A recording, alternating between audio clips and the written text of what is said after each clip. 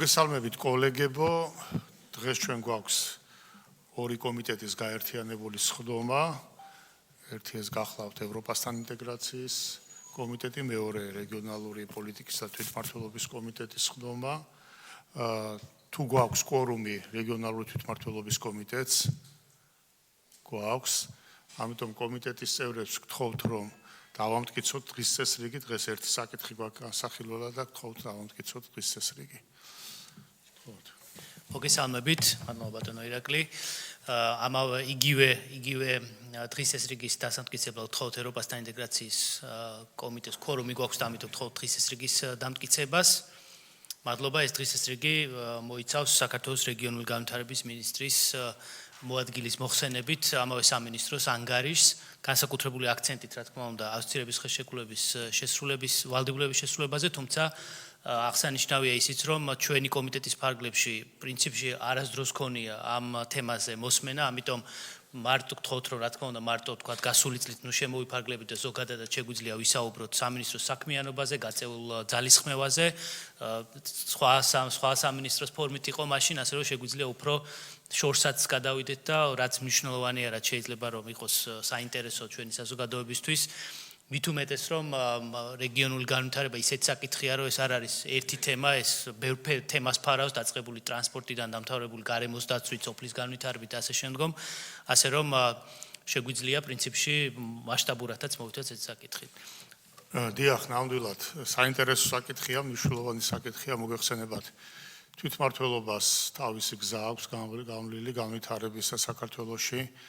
დღეს რო ვიტყვიან განვითარების ახალ ეტაპზე არის ასული, რომელიც განაპირობებს იმას, რომ ძალიან ბევრი ინსტრუმენტის საშუალება გაუჩნდა თვითმმართველობას, მათ შორის ფინანსური მიმართულებითაც, რომ თავისი უფლებამოსილებები განახორციელოს, მაგრამ ბუნებრივი არსებობს გამოწვევებიც და ბუნებრივი არის, რომ ჩვენი მიზანი არის, რომ იგივე ასოცირების ხელშეკრულებიდან გამომდინარე მთელ რიგ საკითხებში თვითმმართველობის, ასე ვთქვათ, ზაობა და თვითმმართველობის განვითარება მაქსიმალურად ევროპული სტანდარტებისკენ წავმართოთ. ამ გზაზე არსებობს გარკვეული ისეთი სახასიათის პრობლემები, განსაკუთრებით რეგიონალურ ჭრილში გამომდინარე იქიდან, რომ სანამ ტერიტორიული მთლიანობა არ იქნება აღდგენილი ჩვენ სრულად ადმინისტრაციულ ტერიტორიული მოწყობის საკითხზე და ამ გაგებით სრულყოფილ რეგიონალურ მმართველობა თვითმმართველობის მოდელზე ვერ გადავდივართ, რაც რა თქმა უნდა ჩემი აზრით გარკვეულწილად შემაფერხებელი ფაქტორი არის, მაგრამ მუნიციპალურ დონეზე გვაქვს საკმაოდ ბევრი, ასე ვთქვათ, სიახლე წარმატება, რის გარშემოთ ჩვენ შეგვიძლია, რა თქმა უნდა, დღეს ვიმსჯელოთ, ვისაუბროთ და აქ კენჭისყრაზე არ დგება საკითხი, ჩვენ დღეს ვართ მსჯელობისთვის და მოსმენისთვის შეკრებილები. მომხსენებელი ბატონი ზურაბ იაშვილი გახლავთ, მინისტრის მოადგილე, გთხოვთ ბატონო ზურაბ და მერე კითხვების დროს სამინისტროს წარმომადგენლები არიან და თქვენც თუ თქვენ ჩათვლით საჭიროთ, ისინიც ჩაერთონ კითხვა-პასუხის რეჟიმში. მადლობა.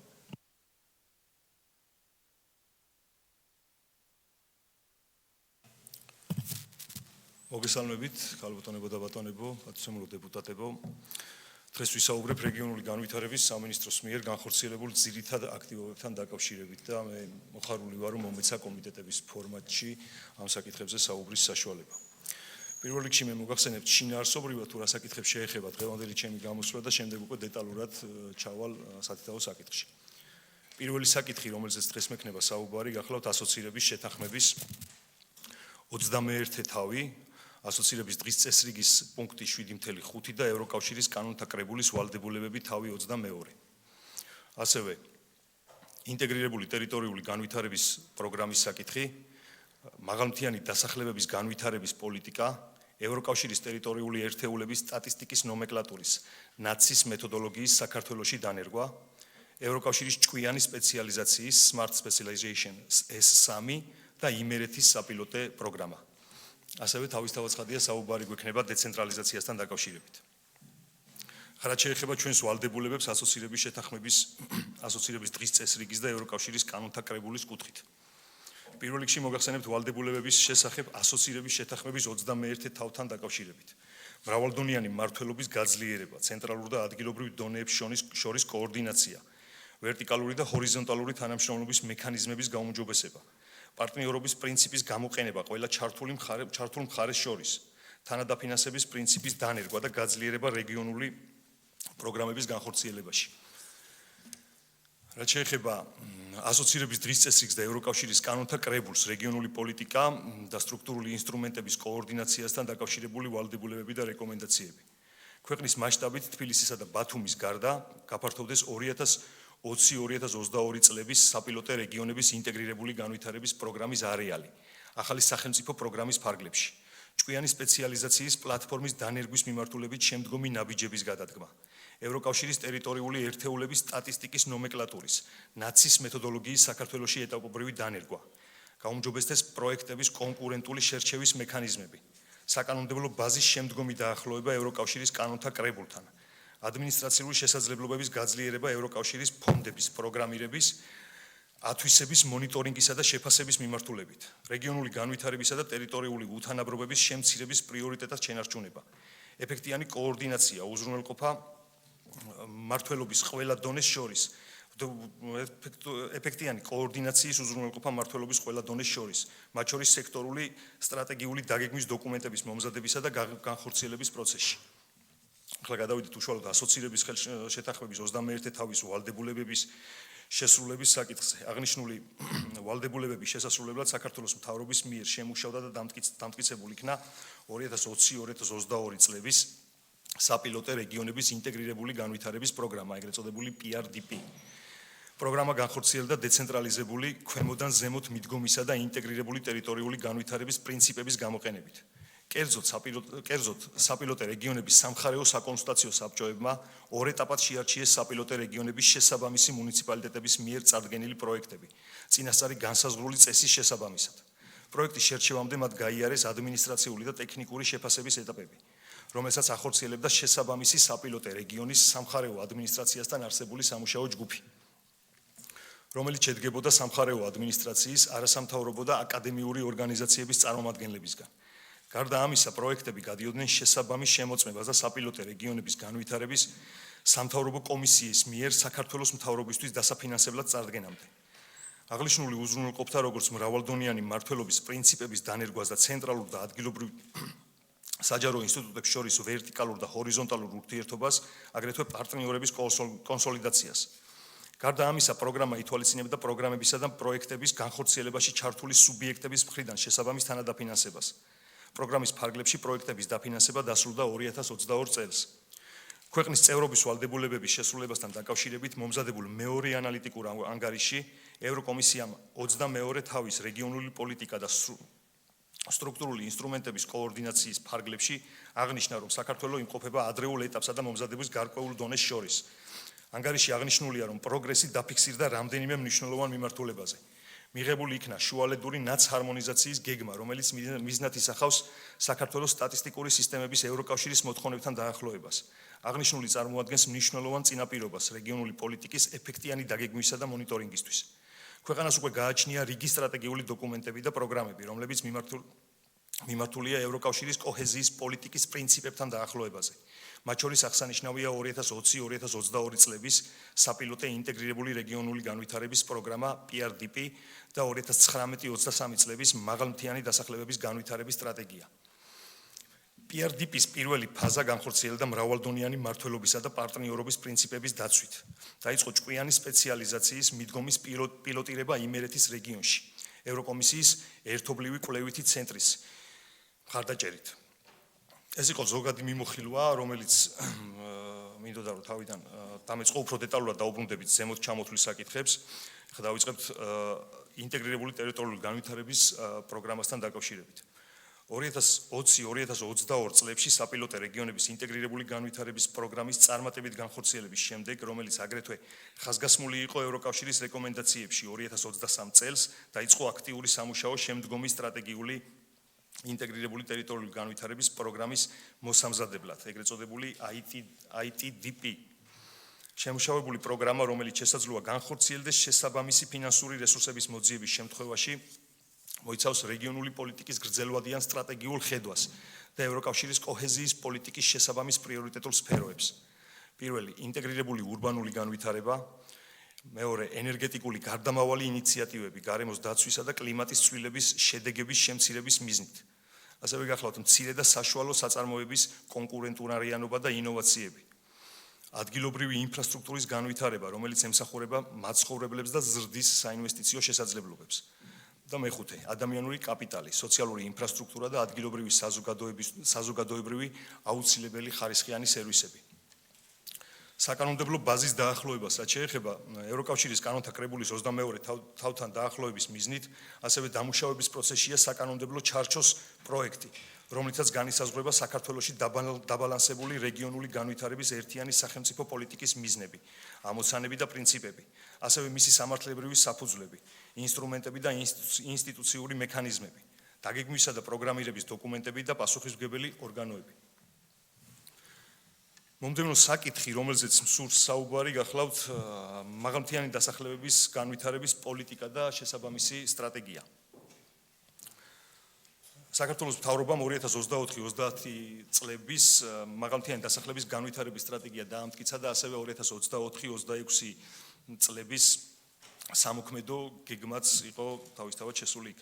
სტრატეგიის მიზანია მაღალმთიან დასახლებებში ცხოვრება და მუშაობა გახდეს უფრო მიმზიდველი, განსაკუთრებით ახალგაზრდებსა და სამუშაო ასაკის მოსახლეობისთვის. ამასთანავე დროთა განმავლობაში შემცირდეს სოციალურ-ეკონომიკური უთანაბრობები, როგორც მაღალმთიანი დასახლების მქონე და მაღალმთიანი დასახლებების არ მქონე მუნიციპალიტეტებს შორის, ისე მაღალმთიანი დასახლების მქონე მუნიციპალიტეტებსა და საშუალო ეროვნული მაჩვენებლების მქონე მუნიციპალიტეტებს შორის. სტრატეგიის სამი პრიორიტეტული მიმართულება ეკონომიკა, ინფრასტრუქტურა, სოციალური სერვისები, განსაზღვრულია შემდეგი მიზნები. მაღალმთიან დასახლებებში სამუშაო ადგილების შექმნა, ადგილობრივი ეკონომიკის დივერსიფიკაციის გზით, მაღალმთიან დასახლებებში ეკონომიკის სტიმულირებაზე და ცხოვრების ხარისხის ამაღლებაზე ორიენტირებული საჯარო ინფრასტრუქტურის განვითარება. მაღალმთიან დასახლებებში მაცხოვრებლებისათვის სერვისებზე ხელმისაწვდომობის გაუმჯობესება. აღსანიშნავია, რომ მაღალმთიანი დასახლებების განვითარების 2024-2030 წლების სტრატეგიისა და მისი თანმხლები 2024-26 წლების სამოქმედო გეგმის განხორციელება აქტიურად მიმდინარეობს და დასასრულს უახლოვდება. შემუშავებულია 2024-2025 წლების ყოველწლიური მონიტორინგის ანგარიში, რომელშიც ასახულია ბიზნესის განვითარების, ინფრასტრუქტურისა და საჯარო სერვისებზე წვდომის კუთხით მიღწეული პროგრესი. აღნიშნული შედეგები მხარდაჭერილია ევროკავშირის კოჰეზიის პოლიტიკის მოთხოვნების შესაბამისად. გაძლიერებული კოორდინაციის მექანიზმით, მრავალდონიანი მმართველობითა და პარტნიორობის პრინციპის შესაბამისად დაინტერესებული მხარეების ჩართულობით. ასევე დაგეგმილია მაღალმთიანი დასახლებების განვითარების სტრატეგიის 2027-2028 წლების სამოქმედო გეგმის მომზადება. 2027-28 წლების სამოქმედო გეგმა შემუშავდება უკვე ჩამოყალიბებული უწყებათაშორისი კოორდინაციის მექანიზმის ფარგლებში, რაც უზრუნველყოფს სექტორული პოლიტიკების სინქრონიზაციას და მის მორგებას ტერიტორიულ საჭიროებებზე. ახალი სამოქმედო გეგმა დაეფუძნება მიმდინარე სამოქმედო გეგმის მონიტორინგისა და შეფასების შედეგებს და ხელს შეუწყობს შედეგებზე ორიენტირებული პოლიტიკის ციკლისა და მტკიცებულებებზე დაფუძნებული გადაწყვეტილებების მიღების ეტაპობრივ გაძლიერებას. ასევე მაღალმთიანი რეგიონების სოციალურ-ეკონომიკური საჭიროებების მოგვარებას. დაინტერესებული მხარეების ჩართულობით მომზადებული სამოქმედო გეგმა საბოლოო ეტაპზე საქართველოს მთავრობის მიერ დამტკიცებამდე მოწონებული იქნება მთის განვითარების ეროვნული საბჭოს მიერ, რომელიც აერთიანებს ეროვნულ, მათ შორის სახელმწიფო რწმუნებულებს და ადგილობრივ დონეზე მოქმედი ხელისუფლების წარმომადგენლებსა და აკადემიურ სექტორს. აღნიშნული უზრუნველყოფს მრავალდონიანი მმართველობისა და პარტნიორობის პრინციპების სათანადო ასახვას. პარალელურად მიმდინარეობს მაღალმთიანი დასახლებების განვითარების ფონდის მარეგულირებელი ჩარჩოს გადახედვა. განახლებული წესები მიზნად ისახავს პროგრამული მიდგომების დანერგვას და მუნიციპალიტეტებს შორის კონკურენციის გაძლიერებას, პროექტების შეფასების კრიტერიუმების საშუალებით, ასევე ინვესტიციების მიმართვას ტერიტორიული საჭიროებების და პოლიტიკის პრიორიტეტების შესაბამისად. განახლებული ჩარჩო განსაზღვრავს მოსალოდნელ შედეგებს და გაზომვად ინდიკატორებს მონიტორინგისა და შეფასების სისტემების გაუმჯობესების მიზნით და ხელს შეუწყობს პროექტების ინტეგრირებული მიდგომებით განხორციელებას. მეოთხე საკითხი, რომელსაც წარმოგიდგენთ, გახლავთ ევროკავშირის ტერიტორიული ერთეულების სტატისტიკის ნომენკლატურის ეგრეთ წოდებული NUTS მეთოდოლოგიის საქართველოში დანერგვასთან დაკავშირებით. ევროკავშირის ტერიტორიული ერთეულების სტატისტიკის ნომენკლატურის ნაცის მეთოდოლოგიის მთავარი მიზანი და დანიშნულებაა სტატისტიკის წარმოების ერთგვაროვანი ევროკავშირთან შესაბამისი სისტემის არსებობა და ქვეყნის სტატისტიკურ რეგიონებად დაყოფის ერთიანი იერარქიული სისტემის დანერგვა. მისი მეშვეობით ხორციელდება სტატისტიკური სოციალურ-ეკონომიკური ანალიზი, რაც თავის მხრივ განსაზღვრავს იმ რეგიონებს, სადაც ნაწილდება ევროკავშირის სტრუქტურული ფონდები, ანუ ევროკავშირის ერთიანი ბიუჯეტი, რომელსაც ინაწილებენ ევროკავშირის წევრი ქვეყნები. ევროკავშირის ტერიტორიული ერთეულების სტატისტიკის ნომენკლატურის მეთოდოლოგიის არსებობა ევროკავშირის წევრობისთვის ერთ-ერთი აუცილებელი წინაპირობაა, რომელიც ყველა წევრ ქვეყანაში ერთნაირად მუშაობს. რაც შეეხება საქართველოში ნაც მეთოდოლოგიის დანერგვას, როგორც ზემოთ აღინიშნა, სამუშაოები ორი მიმართულებით ხორციელდება. პირველი მეთოდოლოგიის შესაბამისი სტატისტიკური მონაცემების წარმოება და მეორე ქვეყნის ტერიტორიის სტატისტიკურ რეგიონებად დაყოფა. რაც შეეხება პირველ მიმართულებას, მეთოდოლოგიის შესაბამისი სტატისტიკური მონაცემების წარმოებას კომპლექსური სამუშაოების შედეგად 2023 წელს მომზადდა და საბოლოოდ შეთანხმდა საქართველოს ტერიტორიული ერთეულების სტატისტიკის ნომენკლატურის ნაცის მეთოდოლოგიის დანერგვა 2022-2027 წლების ჰარმონიზაციის გეგმა. აღნიშნული ჰარმონიზაციის გეგმაში, რომელიც მოიცავს 16 მონაცემთა ბაზას, ორი რეგიონული ბიზნეს დემოგრაფია და რეგიონული დანიშნულების სტატისტიკა არ არის შესული, ვინაიდან ამ მიმართულებით არ არის საჭირო რაიმე სიახლის დანერგვა, რადგან საქსტატში ამ სახის სტატისტიკის წარმოების მეთოდოლოგია სრულ შესაბამისობაშია ნაც მეთოდოლოგიასთან. ასევე მომზადდა ჰარმონიზაციის გეგმის განხორციელების მონიტორინგის სახელმძღვანელო, რომლის მიხედვითაც პასუხისმგებელი უწყებები წელიწადში ორჯერ წარუდგენენ ანგარიშს, ახლა უკვე რეგიონული განვითარების სამინისტროს ჰარმონიზაციის გეგმის მიხედვით დამტკიცებული აქტივობების განხორციელების სტატუსის შესახებ. ჰარმონიზაციის გეგმის განხორციელების პროცესში მომზადდა 3 წლიური 2023-24-25 წლები და 3 ნახევარწლიური ანგარიში. გარდა ამისა, საქართველოს ოფიციალური სტატისტიკის ეროვნული სისტემის განვითარების 2024-27 წლების სტრატეგიის 2026-27 წლების ახალი სამოქმედო გეგმის მიხედვით ქართული მხარე იღებს ვალდებულებას სრულად დანერგოს ევროკავშირის ნაც პრინციპები ეროვნულ მეთოდოლოგიურ ჩარჩოში 2027 წლის ბოლომდე, რომელიც ემთხვევა 2022-2027 წლების ნაც ჰარმონიზაციის გეგმის განხორციელების დასრულებას. ასევე შემიძლია აღვნიშნო, რომ ჰარმონიზაციის გეგმის განხორციელებასთან დაკავშირებული პროგრესი გვაძლევს იმის თქმის საშუალებას, რომ 2027 წლისთვის მზად ვიქნებით ხსენებული ჩარჩო მეთოდოლოგიის ქართულ რეალობასთან სრულად ადაპტაციის მიმართულებით. მაგალითად, ამ დროისთვის 2026-27 წლების გარკვეული აქტივობების განხორციელება წინსწრებით არის დაწყებული, მაგალითად, რეგიონული გარემოს დაცვითი და ენერგეტიკის სტატისტიკის თავი და რეგიონული დემოგრაფიული სტატისტიკის თავი. ახლა რაც შეეხება მეორე მიმართულებას, ქვეყნის ტერიტორიის სტატისტიკურ რეგიონებად დაყოფის საკითხს.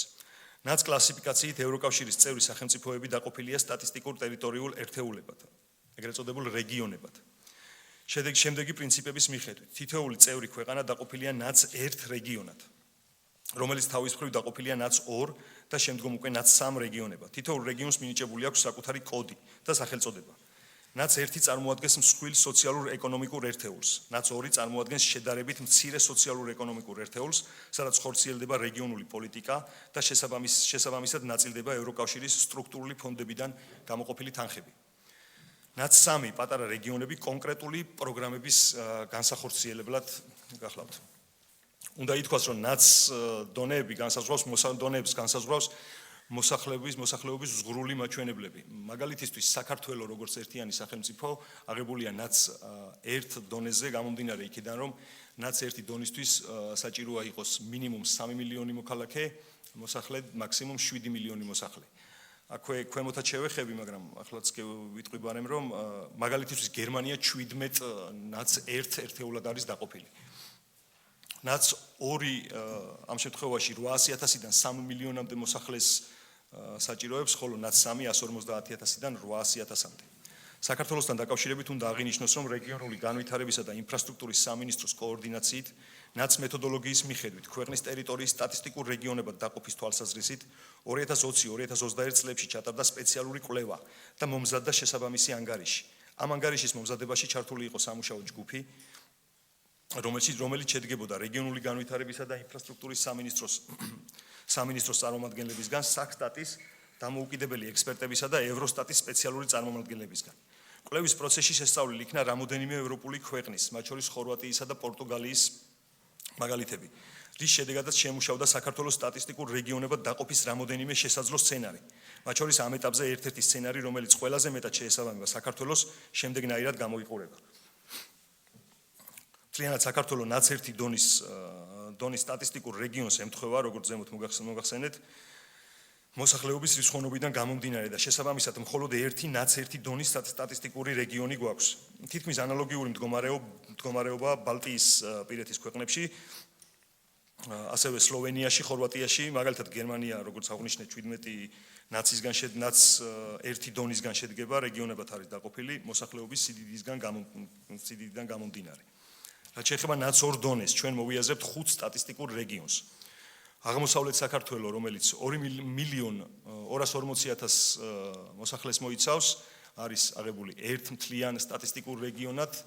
ანალოგიური არის დასავლეთ საქართველო, რომელიც მოიცავს ასევე აფხაზეთის ავტონომიური რესპუბლიკისა და აჭარის ავტონომიური რესპუბლიკის გარდა ასევე 1.200.000 მოსახლეს. თბილისი ცალკეა, ასევე ნაც ორ დონეზეა და დატოვებული გვაქვს აჭარის ავტონომიური რესპუბლიკა თავისთავად ცალკე და აფხაზეთი, როდესაც დაბრუნდება შესაბამისად ნაც ორ დონეზე იქნება. საქართველოს შემთხვევაში ნაც სამი რეგიონები ძირითადად ემთხვევა ჩვენს ისტორიულ რეგიონებს და ასევე კლასიფიკაციის განსაზღვრულ მოსახლეობის რაოდენობებსაც.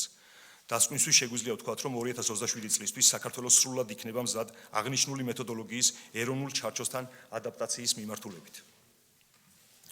ახლა მოკლედ შევეხები ჭკვიანი სპეციალიზაციის მეთოდოლოგიის საქართველოში დანერგვის საკითხს. ევროკავშირთან 2021-27 წლების ასოცირების დღის წესრიგით გათვალისწინებული ვალდებულებების შესაბამისად საქართველომ 2021 წელს დაიწყო ევროკავშირის კოჰეზიის, ანუ გათანაბრების პოლიტიკის ერთ-ერთი სავალდებულო პლატფორმის ჭკვიანი სპეციალიზაციის ქვეყნის რეგიონული განვითარების პროცესში გამოყენების მიზნით შესაბამისი ღონისძიებების გატარება, რისთვისაც იმერეთი იქნა შერჩეული როგორც საპილოტე რეგიონი. 2021-23 წლებში ევროკომისიის ერთიანი კვლევითი ცენტრის სპეციალური მეთოდოლოგიის შესაბამისად საქართველოს მთავრობამ მნიშვნელოვანი ნაბიჯები გადადგა ჭკვიანი სპეციალიზაციის საპილოტე დოკუმენტის მოსამზადებლად. დაინტერესებული მხარეების ჩართულობით დეტალური ინტერვიუების საფუძველზე გამოვლინდა სათანადო დაჯგუფებული 4 პრიორიტეტული მიმართულება დომეინი. სამთო მოპოვება და ძირითადი მეტალის პროდუქციის წარმოება, ეს ერთ-ერთი მათგანი, ასევე ხის და ხის პროდუქტების ავეჯის წარმოება, საკვები ინდუსტრია, ტექსტილი, ფეხსაცმელი და ტყავის წარმოება. პროცესის დასრულების შემდგომ შემუშავდა იმერეთის რეგიონის პოლიტიკის დოკუმენტი 2024-30 წლების ევროკავშირის ჭკვიანი სპეციალიზაცია იმერეთისთვის, რომელიც მოწონებული იქნა იმერეთის რეგიონის საკონსტიტუციო საბჭოს მიერ და დამტკიცდა საქართველოს მთავრობის დადგენილებით. ასევე შემუშავდა და დამტკიცდა დოკუმენტის განხორციელების 2024-26 წლების სამოქმედო გეგმა, რომლის განხორციელებაც ამ მომენტშიც მიმდინარეობს, ჯერჯერობით დასრულებული არ არის. უკვე მომზადდა 2024 წლის 6 თვის და წლიური ანგარიშები, ასევე 2025 წლის 6 თვის ანგარიში და მომზადების პროცესშია 2025 წლის კონსოლიდირებული წლიური ანგარიში. როგორც დასაწყისში ვახსენეთ, ჭკვიანი სპეციალიზაცია წარმოადგენს ევროკავშირში გაწევრიანებისთვის ერთ-ერთ აუცილებელ პლატფორმას, რომლის დაგეგმვის შესაბამისი პროცესების მართვის და განხორციელების გამოცდილება კანდიდატ ქვეყნებში აუცილებლად უნდა არსებობდეს, ვინაიდან ეს პლატფორმა წარმოადგენს ევროკავშირის ფონდების ხარჯვის მიმართულებით ერთ-ერთ ძირითად ინსტრუმენტს. ასევე ევროკავშირის გამოცდილება აჩვენებს, რომ ამ მიდგომების გამოყენებამდე სახელმწიფოს მხრიდან ბიზნესის ხელშეწყობის მიმართულებით დახარჯული რესურსების ამონაგები გახლავთ 1:1-ზე პროპორციით. ხოლო ჭკვიანი სპეციალიზაციის მიდგომის დანერგვით ეს ამონაგები უკვე 1:10-ზე პროპორციით შეიცვალა, რაც აშკარად ხდის ამ ინსტრუმენტის უპირატესობას. შესაძლოა იმერეთის ჭკვიანი სპეციალიზაციის დოკუმენტმა დიდი ზეგავლენა ვერ მოახდინოს შერჩეული დომეინების განვითარებაზე, რადგან ევროკავშირთან თავდაპირველი შეთანხმების საფუძველზე აღნიშნული მიმართულებით ევროკავშირის მხრიდან ფინანსური რესურსების გამოყოფა არ იყო გათვალისწინებული.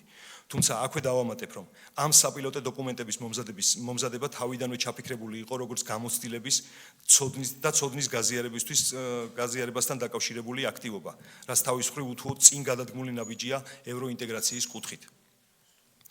დასკვნისთვის სურს აღვნიშნო, რომ ჭკვიანი სპეციალიზაციის მიდგომა, რომელიც ხორციელდება ქვემოდან ზემოთ პრინციპით, დაინტერესებული მხარეების ჩართულობით და ტერიტორიული უპირატესობებზე კონცენტრირებით, ხელს უწყობს კონკურენტიანი სექტორების განვითარებას, ინოვაციების დანერგვას და რეგიონების ეკონომიკური პოტენციალის ზრდას. აქვე მოგახსენებთ, რომ ნაც რეგიონების ჩამოყალიბება უზრუნველყოფს ტერიტორიული ერთეულების სტანდარტიზაციას, რაც ზრდის სოციალურ-ეკონომიკურ მონაცემების შედარებითობას და ქმნის საფუძველს მტკიცებულებაზე დაფუძნებული რეგიონული პოლიტიკისა და რესურსების მიზნობრივი განაწილებისათვის. ამასთან ნაცისა და ჭკვიანი სპეციალიზაციის პროცესები ერთმანეთთან მჭიდროდ არის დაკავშირებული, რადგან ნაცის დანერგვამ ხელი შეუწყო შესაბამის სტატისტიკურ მონაცემების წარმოებას, რაც აუცილებელია ეფექტიანი დაგეგმვისა და გადაწყვეტილებების მიღებისათვის. ეხლა რაც შეეხება მმართველობის დეცენტრალიზაციას. მიუხედავად იმისა, რომ პირდაპირ განსაზღვრული არ არის ასოცირების შეთანხმებით არანაკლები მნიშვნელოვანია ევროინტეგრაციის პროცესში, კონკრეტულად კი ასოცირების დღის წესრიგის განხორციელების მიმართულებით. მნიშვნელოვანია აღინიშნოს, რომ ახალ უწყებას დახვდა მთავრობის მიერ დამტკიცებული პოლიტიკა, რომელიც წლების წინ იქნა მიღებული და წარმატებით ხორციელდებოდა. საუბარია 2020-2025 წლების დეცენტრალიზაციის სტრატეგიაზე. შესაბამისად, რეგიონული განვითარების სამინისტრომ გააგრძელა აღნიშნული პოლიტიკის განხორციელების პროცესი, რომელიც გასული წლის 31 დეკემბერს დასრულდა. ახალი სამინისტროს ფარგლებში დასრულდა. ამიტომ, როდესაც ვსაუბრობ დეცენტრალიზაციის მიღწევებზე, ჩვენ ამას ვუყურებთ ერთიანი გასული 6 წლის ჭრილში. დაწყებულია 2020-2025 წლების სტრატეგიის განხორციელების საბოლოო შეფასების ანგარიშზე მუშაობა, რაც თავის მხრივ კიდევ უფრო ნათლად წარმოაჩენს თითოეულ მიმართულებით არსებულ მიღწევებს, გამოსასწორებელ ხარვეზებსა და გამოწვევებს სამომავლო რეკომენდაციებთან ერთად. თავს არ შეგაწყენ დეტალურად იმაზე საუბრით, თუ რა შედეგები იქნა მიღწეული აღნიშნული სტრატეგიით, თუმცა გვაქვს მნიშვნელოვანი წინსვლა დეცენტრალიზაციის კუთხით სხვადასხვა მიმართულებებით. მაგალითისთვის, DGG-ს განაწილების შედეგად 2 მილიარდ ლარზე მეტი მუნიციპალიტეტების ბიუჯეტში. მუნიციპალიტეტების ბიუჯეტი აღნიშნულით როგორც მინიმუმ გაორმაგდა. მუნიციპალიტეტებს საკუთრებაში გადაეცათ დაახლოებით 8500-ზე მეტი ერთეული ქონება. გაფართოვდა ადგილობრივი თვითმმართველობის უფლებამოსილებები, სამგზავრო გადაყვანის მოწესრიგების, ბუნებრივი რესურსების მართვის, სოციალური და ბავშვთა უფლებების დაცვის, განათლებისა და ტურიზმის სფეროში. ასევე ადმინისტრაციული უფლებამოსილებების გაზრდის მიმართულებით. მიღებული იქნა საკანონმდებლო ცვლილებათა პაკეტი ადგილობრივი თვითმმართველობის კოდექსთან დარგობრივი კანონმდებლობის ჰარმონიზაციისთვის. გადამზადდა მუნიციპალიტეტების ასობით საჯარო მოხელე. მიუხედავად იმისა, რომ ასოცირების დღის წესრიგით განსაზღვრული ვალდებულება დეცენტრალიზაციის სტრატეგიის განხორციელების კუთხით უკვე შესრულებულია, 2026 წელს დავიწყებთ ქვეყანაში ადგილობრივი თვითმმართველობის განვითარების პოლიტიკის ახალ დოკუმენტზე მუშაობას. გაგრძელდება მუნიციპალიტეტების ფინანსური და მატერიალური გაძლიერება, აგრეთვე უფლებამოსილებების მიმართულებით აქტიურად განვიხილავთ ისეთ სფეროებში დამატებითი უფლებამოსილებების გადაცემას, როგორიცაა სოფლის მეურნეობა, საძოვრების მართვის საკითხი, ასევე ჯანდაცვის მიმართულებით პირველადი ჯანდაცვის კომპონენტების გადაცემა. მოაზრებული გვაქვს კონსულტაციების გამართვა მათ შორის წყალმომარაგების საკითხებზეც. ასე რომ ახალი პოლიტიკის დოკუმენტის შემუშავების პროცესში ხელახლა გვინდა გავხსნათ კონსულტაციებისა და ფართო განხილვების ფანჯარა სათანადო კვლევებთან ერთად. სულ ეს იყო ბატონო თავმჯდომარეებო, დიდი მადლობა ყურადღებისთვის. დიდი მადლობა. ნაც იშიფრება როგორც ტერიტორიული სტატისტიკის ნომენკლატურა, ხო? ხო. სტატისტიკის ნომენკლატურა რო აღხსენოთ ხოლმე, ალბათ უფრო კი ბატონო. დიდი მადლობა. თუ გნებავთ დაბრძანდით კითხვები, თუ გაქვთ დაგისვამენ კითხვებს და მე იმის დამიხედვით თქვენ თვითონ როგორც ჩათვლით საჭიროდ გვიპასუხეთ მაგაზე. გთხოვთ. კი ბატონო, მიუყვეთ ეს მოგესალმებით, მადლობა ბატონო ზურაბ. ცოტა რომ დავაზუსტოთ, ესე იგი, smart სპეციალიზაციაზე მექნება პირველი კითხვა. დომეინები ახსენეთ და დომეინები საზოგადოებას რო განვმარტოთ, არის ის მიმართულებები რეგიონში, რომელი მიმართულებებიც არის წამყვანი და რომელსაც სჭირდება დაუშვათ სახელმწიფოს მხრიდან კიდევ უფრო მეტი მხარდაჭერა იმისთვის, რომ რეგიონი ზოგადად რეგიონისთვის ლოკომოტივის როლი შეასრულოს, ხო? ეს სფეროებია, რომელიც ჩამოთვალეთ, ის 4 სფერო. მესმის, რომ განსაზღვრული არ იყო ამ დომეინების დაფინანსება, თუმცა იმ ფონზე, როდესაც ჩვენ გამოვკვეთეთ ეს 4 მიმართულება, ხო არ ფიქრობ სამინისტრო, რომ გასაგებია რომ დაფინანსება ეხა აღარ არის ამაზე ევროკავშირიდან, მაგრამ ჩვენი ძალებით რაღაც მიმართულებით ამ სფეროებს ხელი შეუწყოთ. ეს ერთი. მეორე, ინტეგრირებული ტერიტორიული განვითარების პროგრამაზე.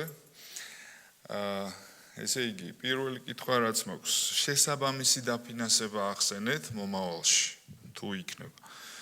რას ნიშნავს შესაბამისი დაფინანსება და რას ფიქრობთ, საიდან შეიძლება იყოს, ეს ერთი.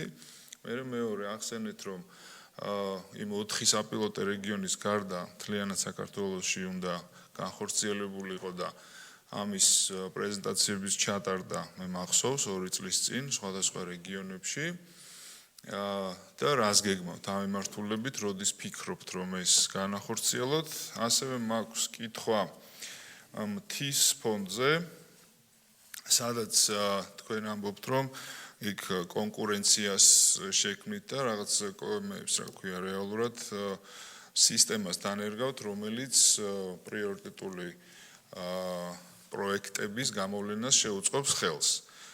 და კონკურენციას მუნიციპალიტეტებს შორის. მუნიციპალიტეტებს შორის კონკურენციას თუ გულისხმობთ, ამ შემთხვევაში უნდა ვისაუბროთ იმაზე, რომ დამატებით სახსრები მოვიძიოთ და არა იმ მთის ფონდში არსებული სახსრებით შევქმნათ კონკურენცია, ანუ ხელმისაწვდომი უნდა მივცეთ მუნიციპალიტეტებს კიდე ექსტრა თანხა, რომელიცთვისაც კონკურენციაში უნდა ჩაერთონ.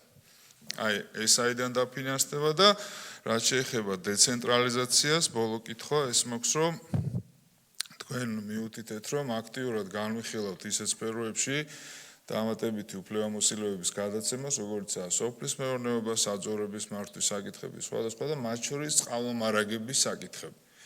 აქ მაინტერესებს რა, რომ რეგიონებში კვალიფიციური კადრების დეფიციტი გვაქვს, ეს ნამდვილად არ არის სიახლე და ასეთი სფეროები, რომლებიც გინდათ რომ ეხა დავუმატოთ მუნიციპალიტეტებს მათზე ზედამხედველობა, რას გეგმავთ რომ ესეთი კვალიფიციური კადრები მოამზადოთ და შესაბამისად ჩააბაროთ ეს მიმართულებები. მადლობა. გამარჯობა ბატონ ზურაბ. პირველ რიგში ყურადღებით უსვენდი თქვენს ანგარიშს და რამოდენიმე შეკითხვა მინდა დაგისვათ დეცენტრალიზაციასთან დაკავშირებით და რა თქმა უნდა მაღალმთიანთან დაკავშირებით, რაზეც თქვენ ისაუბრეთ. საუბრის დასაწყისში აღნიშნეთ, რომ ძალიან ბევრი დოკუმენტები შევიმუშავეთ, ძალიან ბევრი სტრატეგია, სამოქმედო გეგმა და ასე შემდეგ და ასე შემდეგ. თუმცა აქვე შეგახსენებთ, რომ ასეთ დოკუმენტების შემუშავებას, რომელიც ქაღალდზეა გადატანილი, ამას სჭირდება ჯეროვანი შესრულება. სხვა შემთხვევაში წარმატებას და ასე ვთქვათ, ხალხისთვის კარგ და სასიკეთო საქმეების გაკეთების შესაძლებლობას ბოლომდე ვერ შევძლებთ. მე ვგულისხმობ იმას, რომ პრაქტიკულად რეალურად დღეს საკმაოდ გართულებული ადგილობრივ თვითმმართველობებში მათი საკუთარი უფლებამოსილებების თუ ზოგადად ფუნქციების სრულყოფილად შესრულება. რაც ნიშნავს იმას, რომ რეგიონებში შემავალი მუნიციპალიტეტების საჭიროებების შესახებ ინფორმაციის დეფიციტი არსებობს. რაც გამოწვეულია იმით, რომ მუნიციპალიტეტებში შემავალი თითოეული ადმინისტრაციული თუ ტერიტორიული ერთეულების ჭრილში არსებული პრობლემები პრიორიტეტების მიხედვით არ არის სწორად გაანალიზებული, დალაგებული და შემდგომ ასე ვთქვათ, განხორციელებული და არ არის შესაბამისი შეფასება. ამის ნათელი დასტური და მაგალითი გახლავთ ის, რომ აქ თქვენ როგორც რეგიონალური განვითარების სამინისტრო თქვენი მიმართულებით ვიტყვით, ეს არის სოფლის თუნდაც მხარდაჭერის პროგრამა. სადაც თანხების განაწილება ხდება არა სოფლებისთვის საჭიროებების და მიხედვით, არამედ უბრალოდ მოსახლეობის და მიხედვით და რაც რეალურად შედეგად ვიღებთ იმას, რომ დიდ სოფლებში ეს 1000 კაციანი იქნება, 10000-იანი თუ 5000 კაციანი, რომელიც 20000 მიეცემათ, აბსოლუტურად არაფერი არ არის ის თანხა და პატარა სოფლებში, სადაც მართლა ბევრი პრობლემა ჭირდება, 10000 ლარი ეძლევათ მათ და ამ დროს რო უნდა სინათლე და უშუქო სოფელში ცხოვრობს, ხო? ეუბნები რომ შუქს ვერ გაგიკეთებ მე, იმიტომ რომ ამ პროგრამით გათვალისწინებული არ არის. როცა უნდა გეუბნება წყალი ვერ გაგიკეთებ წყალს, იმიტომ რომ წყალი, მაგრამ გაგიკეთებ ავტობუსის გაჩერებას, მაგრამ უკეთებთ ავტობუსის გაჩერებას, სადაც ავტობუსი არ დადის საერთოდ. ან კიდევ უკეთებთ საბავშვო იმას საქანელებს, სადაც ბავშვი იმ სოფელში არ არის გულისხმობ მაღალმთიან სოფლებს. აი ეს არის მთავარი პრობლემა და ესეთი ხარვეზებით არც რეგფონდი არ ჩამოუვარდება სოფლის ხარდაჭერის პროგრამას მინდა გითხრათ, სადაც გადაწყვეტილებები რა პროექტები განხორციელდა ძალიან ხშირ შემთხვევაში მიიღება პოლიტიკური გავლენების ნიშნის და ნეპოტიზმის ნიშნით.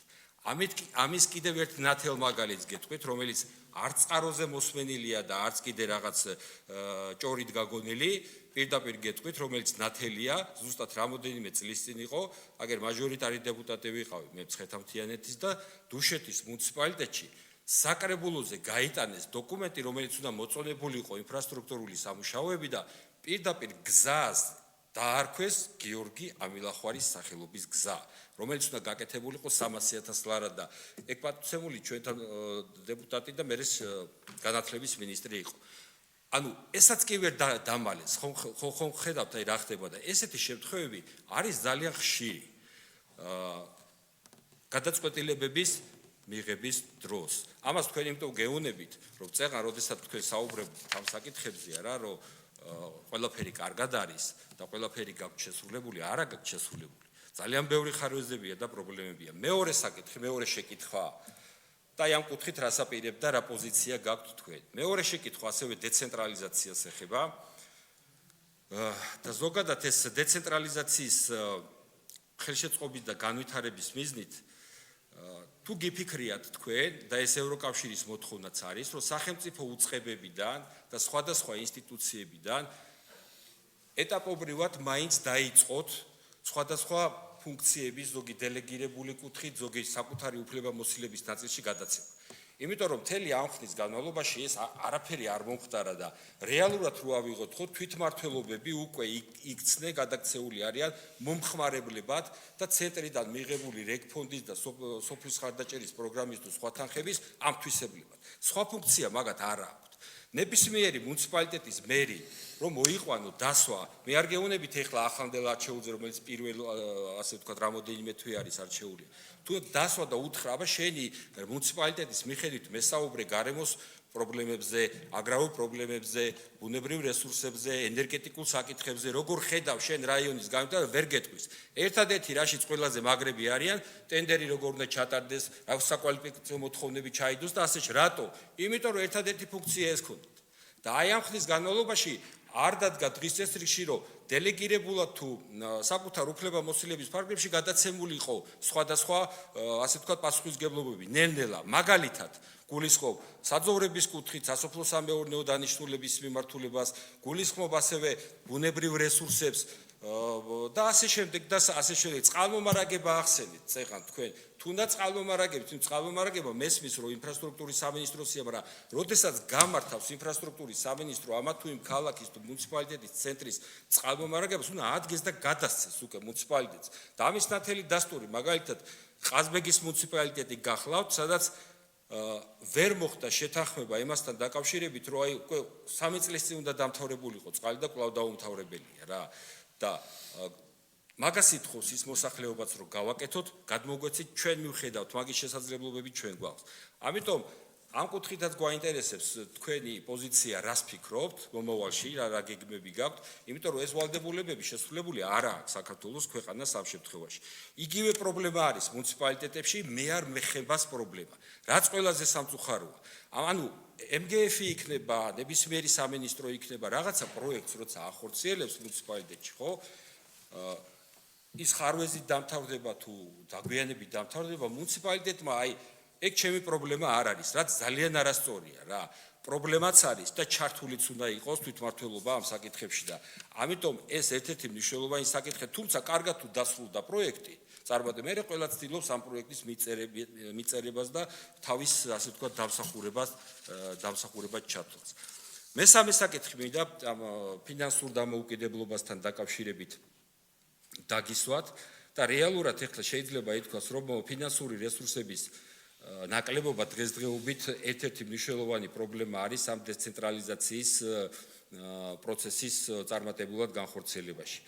თქვენ რას ფიქრობთ, რატომ და რა მიზეზით ვერ ხერხდება ადგილობრივი თვითმმართველობის გაძლიერება და ფინანსური დამოუკიდებლობა?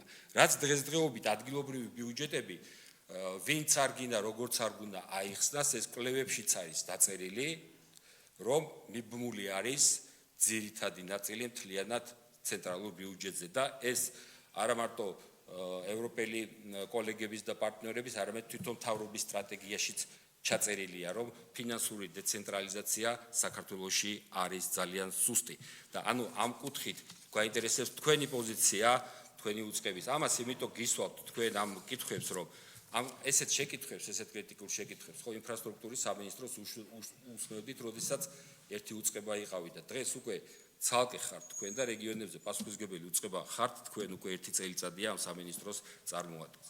და მეოთხე შეკითხვა და ამით დავასრულებ ჩემ შეკითხვებს, ეს არის საჯარო სამსახურის და ზოგადად საჯარო მოხელეთა კვალიფიკაციის შესახებ, ასე ვთქვათ, ვალდებულებები და პასუხისმგებლობები, რაც საკმაოდ რთულად დგას ადგილობრივ თვითმმართველობებში.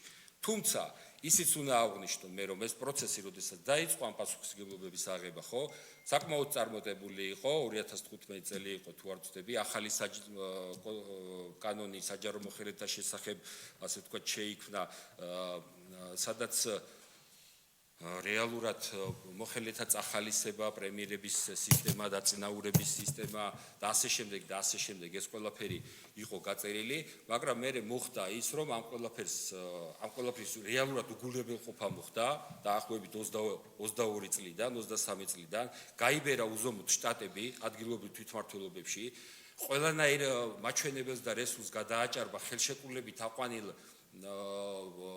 თანამშრომელთა, ასე ვთქვათ, რაოდენობამ, გაჩნდა დუბლირებული სიპები, აიპები, დუბლირებული სამმართველოები, დუბლირებული თანამდებობები, ეს ყველაფერი გადაიზარდა ნეპოტიზმში. ბატონო შალვა, ცოტა თუ კონკრეტულ მაგალითებსაც მოიყვანთ, უფრო კარგი იქნება დუბლირებული სამსახურები, რომ უფრო საქმიანად ბატონო ირაკლი მე რასაც საუბრობ, ეს არის ყველაფერი კონკრეტული და სიპები და აიპებია და სიპების დაფუძნების უფლება ჯერჯერობით არ აქვს. მუნიციპალიტეტებს ბატონო შალვა, ისე რომ დააკვირდებენ ძალიან. კარგი, აიპები ხო არის? აიპები ხო არის? სამსახურები ხო არის? კონკრეტულად თქვით, კონკრეტულად. ხო და აი კონკრეტულად აი გადაჭარბებულია. გეტყვით მაშინ. რაზე დაფუძნებით? ხო და დუბლირებული პოზიციები, დუბლირებული ფუნქციები და ეს ყველაფერი გადავიდა მე ნეპოტიზმში, გადავიდა კორუფციაში და თან იმდენად გახდა ეს საჯარო, რომ სახელმწიფო აუდიტის სამსახურმაც კი ვერ დამალა ეს ყველაფერი და აუდიტური შემოწმების დროს ეს ყველაფერი დაწერა და დაწერილია აუდიტის დასკვნებში და კონკრეტულად თუ გინდა ჩამოთვლი მე მაგ მუნიციპალიტეტს ვარ, ეს დასკვნები წერია რა. ხო და ამიტომ ეს ყველაფერი მე მესმის, რომ პოლიტიკურად დაგჭირდათ, იმიტომ რომ საპარლამენტო არჩევნები იყო წინ, თვითმმართველობის არჩევნები იყო წინ, აქტივი იყო დასასაქმებელი, მაგრამ რეკომენდაციების შესრულებაზე როცა საუბრობთ, წეღავთ თქვენ, ამაზე რატო არ ელაპარაკეთ ამ შეუსრულებელ და დაშვებულ შეცდომებზე? ის ვალდებულებები, რაც შეასრულეთ, რეალურად არის, რაც უნდა შეგესრულებინათ იმის მესამედი. და აი ეს ხარვეზები არის აუარებელი. თაზე რომ ლაპარაკობდით, ამაყად ერთ-ერთი ყველაზე დიდი გულშემატკივარი და იმ ხალხს რა აწუხებს მე ვარ ვიცი დღეს მთა დაცლილია თიანეთში სოფელ ბოჭორმის სკოლა 4 წელიწადია დაიწვა ნამწოვები ვერ გაიტანეს იცით ვერც მუნიციპალიტეტმა ვერც სამინისტრომ და ვერც კიდე განათლებამ შატილში სკოლა პანსიონი რომელიც სასადილო დაეწვა და შუშები ჩაებზარა სკოლას მინები ვერ გამოცვალეს 4 წლის განმავლობაში და 5 წლის განმავლობაში ახალი აშენებული რამდენია რეაბილიტირებული ამაზე თუ შეგიძლიათ ისაუბროთ თქვენ როცა შეკითხვის დრო მოგივათ ბატონო გიორგი მაშინ დასვით ირაკლი უკაცრავად ხო და არა შეკითხვა რა შეკითხვა დაასრულე ხა და კონკრეტული ფაქტებიო მეუბნები და კონკრეტული ფაქტები მომყავს და მესმის რომ არ არის კარგი მოსასმენი, მაგრამ ეს არის ფაქტების რასაც ახლა შენ ლაპარაკო. ეგ არის ფაქტები. დუბლირებაზე ვისაუბრე უკვე. ვისაუბრე მუნიციპალიტეტებში დუბლირებული ფუნქციები.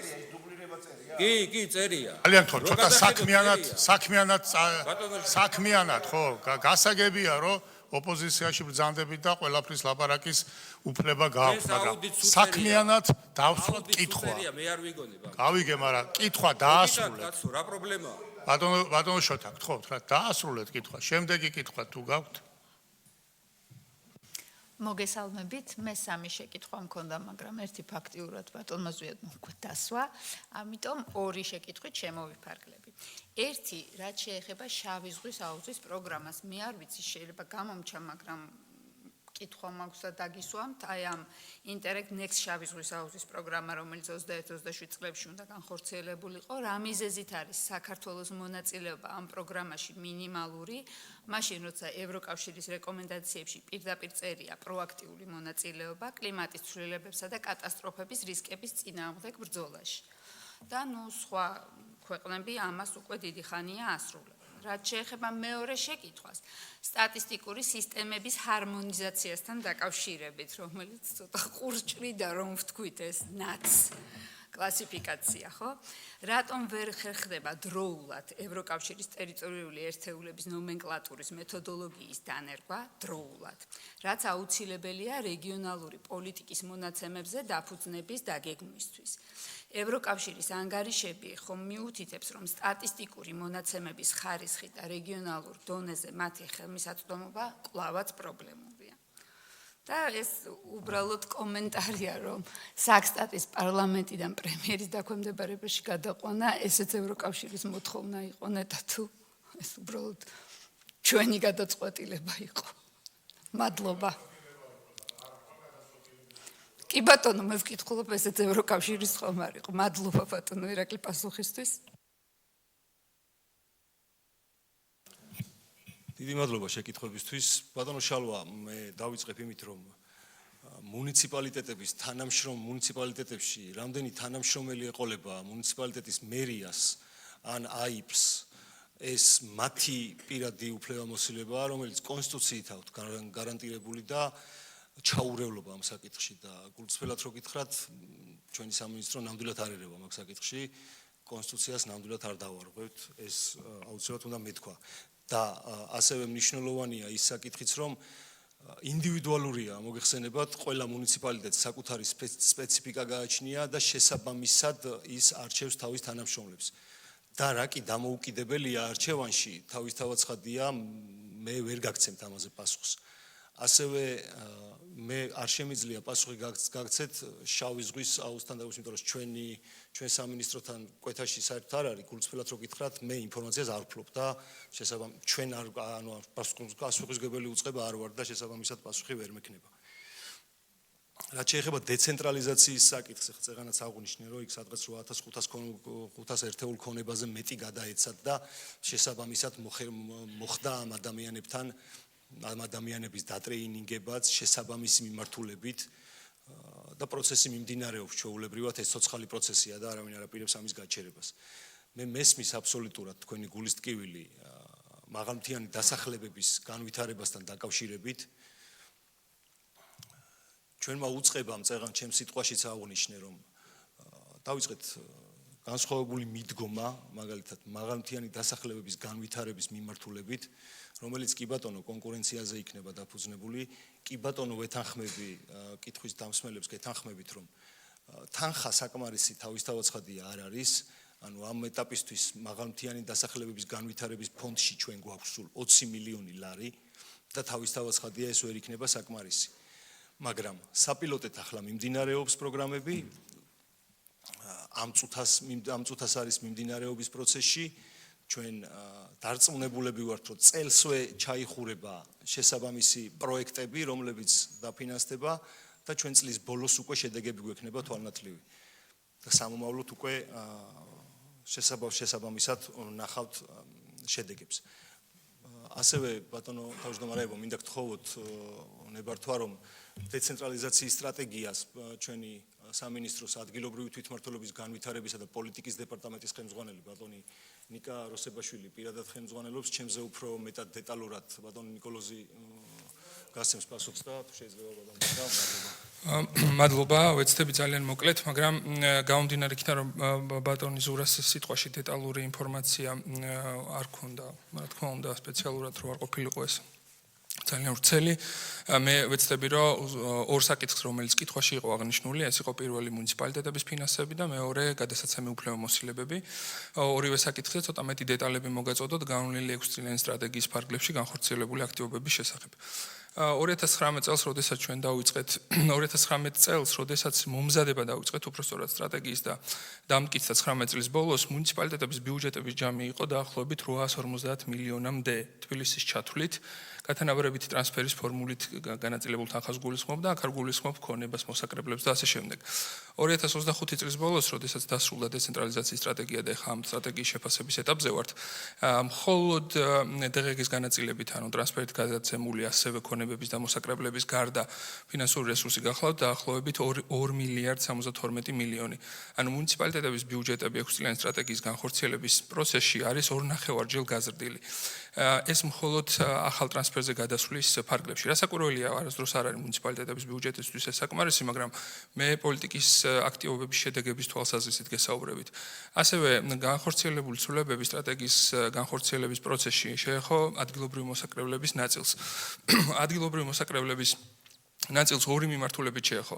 ამას იმიტომ აღვნიშნავ, რომ ჯამში მათ ბიუჯეტებზე აისახება ეს შედეგები. პირველი ეს გახლავთ ახალი ადგილობრივი მოსაკრებლების სახეების შემოვიდა ადგილობრივი მოსაკრებლების შესახებ კანონით, რომელთაც მუნიციპალიტეტებს დამატებითი ფინანსური რესურსის მობილიზების შესაძლებლობას აძლევს და მეორეს მხრივ მოსაკრებლები, რომლებიც ცენტრალურ დონეზე გახლავთ, სასარგებლო წიაღისეულიდან მიღებული მოსაკრებლებიდან დაწყებული ქონების გაყიდვიდან ან სარგებლობით უფლებით გაცემის შემთხვევებზე გესაუბრებით. ცვლილებები შევიტანეთ, რითაც პროპორცია გაყიდული ან სარგებლობით გაცემული ქონებებიდან მუნიციპალიტეტების სასარგებლოდ რადიკალურად შეიცვალა. პირობითად რო გითხრათ, სასოფლო სამეურნეო დანიშნულების მიწების გაყიდვის შემთხვევაში, როდესაც მაგალითად ეკონომიკის სამინისტრო ყიდის, უდიდესი ნაწილი, თითქმის 90%-მდე მუნიციპალიტეტის ბიუჯეტში შედის. ასევე, როდესაც მაგალითად ეკონომიკის სამინისტრო გარკვეულ ქონებებს აიჯარებს.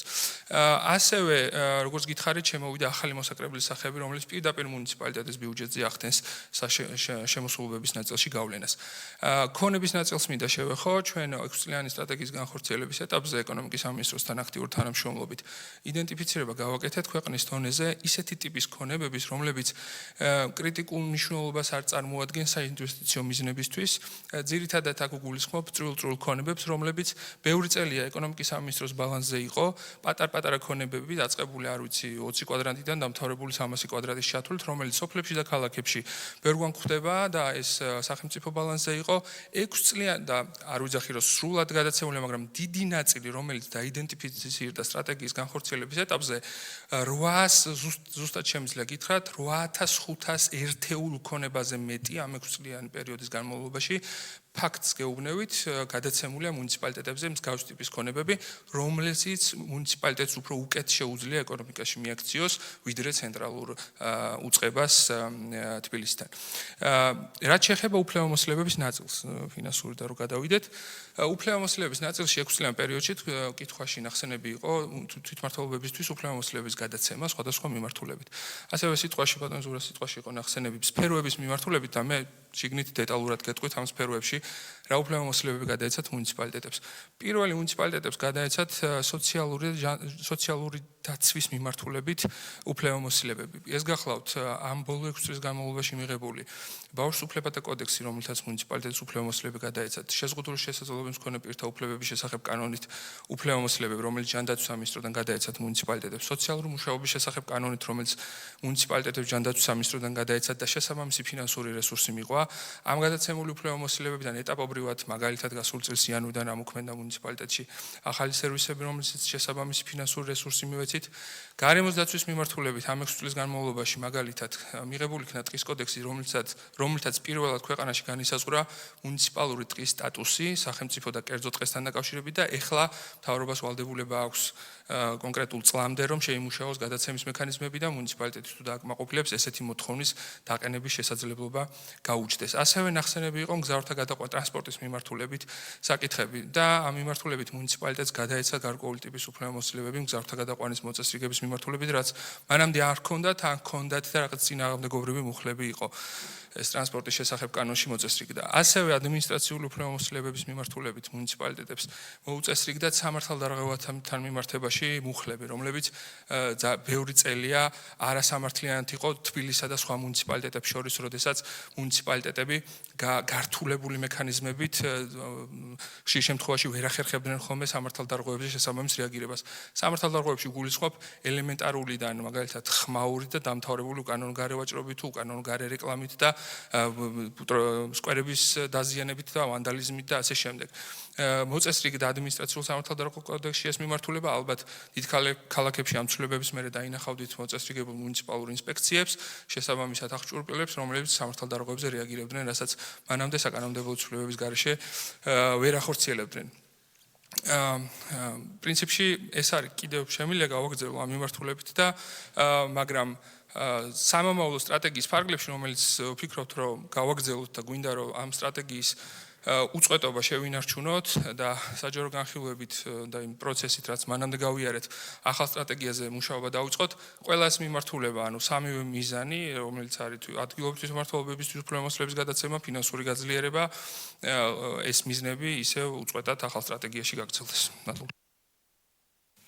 ასევე აუცილებლად უნდა დავამატო, რაც წეგან აღნიშნე, დეცენტრალიზაცია 2020-2025 წლების საბოლოო შეფასების ანგარიში და ასევე 2025 წლის შეფასების ანგარიში მისი ანგარიშის დაწერა ეხლა მიმდინარეობს და როცა ეს დასრულდება, ის თავისთავად ცხადია იქნება საჯარო და ის მიღწეული შედეგები, რაც მუნიციპალიტეტებთან მიმართებაში გვაქვს, თავისთავად ცხადია იქნება და შეგეძლებათ რომ ინფორმაცია ნახოთ. რაც შეეხება smart სპეციალიზაციასთან დაკავშირებით ბატონი დავით კალატოზიშვილს ვთხოვ, ჩვენი საერთაშორისო ურთიერთობების და ევროინტეგრაციის სამსახურის ხელმძღვანელს. სამი კითხვა იყო პრინციპში, სადაც ალბათ მე ვეცდები რომ პასუხი გაგცეთ. პირველი ბატონის ზვიადის კითხვა, რომ არის თუ არა შესაძლებლობა რომ ჩვენი რესურსებით შევუწყოთ ხელი დომეინების, ასე ვთქვათ, ბიზნეს სექტორების განვითარებას. რა თქმა უნდა, სტრატეგია მიუხედავად იმისა, რომ ევროკავშირთან შეთანხმებული ვიყავით, რომ თავად ფულს არ დახარჯავდა, რა თქმა უნდა, ჩართული იყო საქართველოს მხრიდან ყველა ის უწყება, ვისაც აქვს შესაბამისი რესურსი და ინსტრუმენტი ბიზნესის და აკადემიური სფეროების მხარდაჭერის, ესენი არის ეკონომიკის სამინისტროს, ძირითადი ეკონომიკის სამინისტროს საწარმოო საქართველოში, ინოვაციების სააგენტო, მათ შორის სოფლის მეურნეობის და გარემოს დაცვის სამინისტროს სოფლის განვითარების სააგენტო და რა თქმა უნდა განათლების სამინისტროს შოთა რუსთაველის ფონდი. რა თქმა უნდა ამ ფონდების მეშვეობით რა შესაძლებლობაც ამ წუთში არსებობს, ჩვენ ასე ვთქვათ გათვალისწინებული გვაქვს სტრატეგიით, რომ ეს ფონდები ჩართული იყვნენ ამ პროცესებში. ანუ ჩვენი მხრიდან ჩართულობა არის ეს. მათ შორის ეს არ არის მხოლოდ ბიზნესის მხარდაჭერაზე ორიენტირებული, ასე ვთქვათ, აქტივობები ასევე შეეხება გამოცდილების გაზიარებასაც და ტრენინგებასაც, საკანონმდებლო ჩარჩოს უფრო ევროპულ ჩარჩოსთან მორგებასაც შეეხება. ძირითადი ფუნქცია, რაც ბატონო ზურაბმა ახსენა, თვითონ ამ სტრატეგიის არის გამოცდილების გაზიარება, თუ როგორ ხდება ასეთი სახის, ასე ვთქვათ, სტრატეგიების დანერგვა. აქ ისიც უნდა ითქვას, რომ ერთიანი მეთოდოლოგია არსებობს ამისი, ჩვენ რა თქმა უნდა სხვა ქვეყნების სტრატეგიებსაც ჩავხედეთ, თუმცა ყველას ინდივიდუალური მიდგომა აქვს ამ მიმართულებით, მაგრამ მეთოდოლოგია თუ როგორ ხდება ამ პროცესის დაგეგმა, ეს ყველასთვის, ასე ვთქვათ, ერთი არის. ეს რაც შეეხებოდა ჭკვიან სპეციალიზაციას. მეორე კითხვა ეხებოდა თუ რატომ ვერ ხერხდება ნაც მეთოდოლოგიის დროული და ასე ვთქვათ დანერგვა საქართველოსიო. ამაზე როგორც ბატონო ზურაბმა ახსენა, არსებობს ჰარმონიზაციის გეგმა, რომელიც გაწერილი არის 2022-27 წლებზე. შესაბამისად მიუყვებით ამ გეგმას და ისიც ახსენა, რომ რაღაც წინსწრებითაც კი ხდება რამდენიმე აქტივობის, ასე ვთქვათ, და უკვე ასე ვთქვათ შესრულება.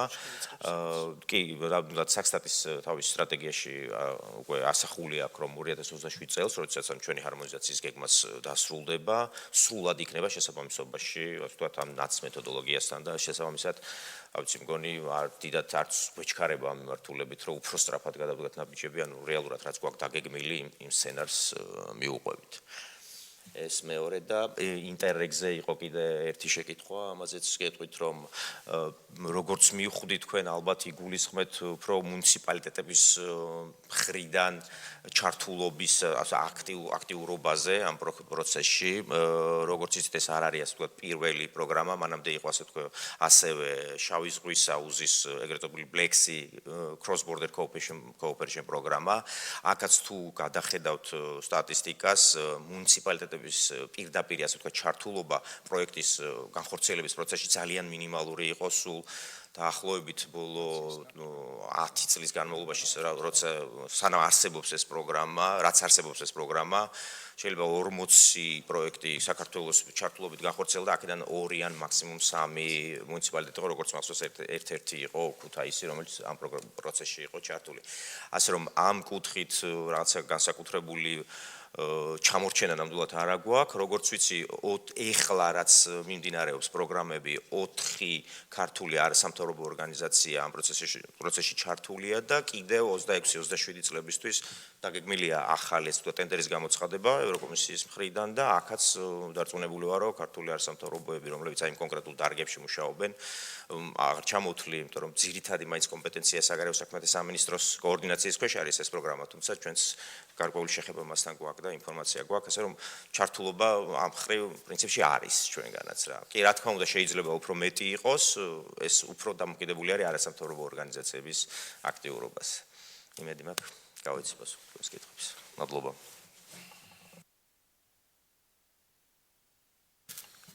მე ერთ დავამატებ ძალიან მოკლედ, რომ ესეთი დამოკიდებულება ეს მე არ მეხება, ამაში მე არ ვერევი, ეს ჩემი ფუნქცია არ არის.